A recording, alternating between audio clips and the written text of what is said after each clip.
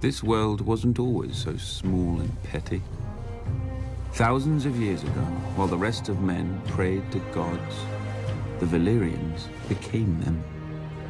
Through magic or sheer will, they mastered the greatest creatures in history. A horse grants man dominion over the land, a ship over the sea. But dragons gave us the sky, and everything and everyone beneath it. At its height, my ancestors ruled the known world. Whatever parts we didn't weren't worth knowing. Our capital of Valyria shamed the magnificent cities of the east, for hammers and chisels were no match for dragon fire and sorcery. It was a city and an empire built to last until the end of time. It didn't. 400 years ago, the doom fell on Valyria. Mountains cracked open like eggs, lakes and rivers boiled, fountains of fire, ash and smoke spewed from the ground, so high and so hot that even dragons burned in flight. The land splintered, and the angry sea rushed in. In hours, the greatest city in history became history. But my ancestors didn't burn or drown with the rest of their race.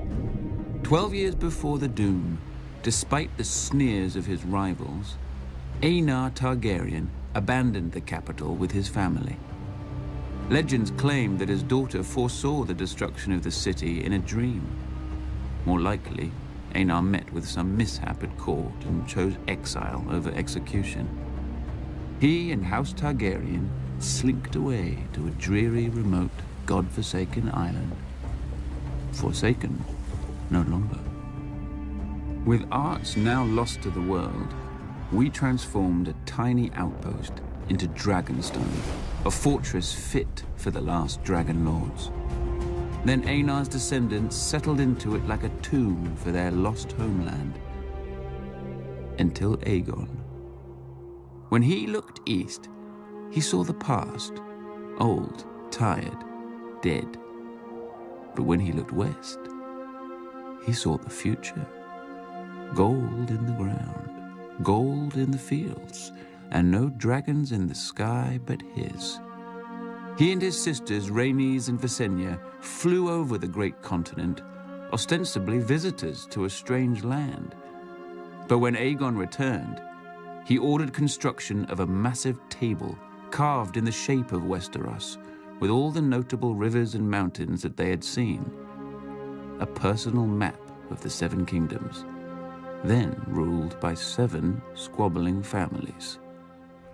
House Durrandon held the Stormlands from their seat at Storm's End, due south of Dragonstone. House Hora of the Iron Islands had also conquered and enslaved the Riverlands, and ruled them from Harrenhal, a monstrous castle rising on the shore of the God's Eye.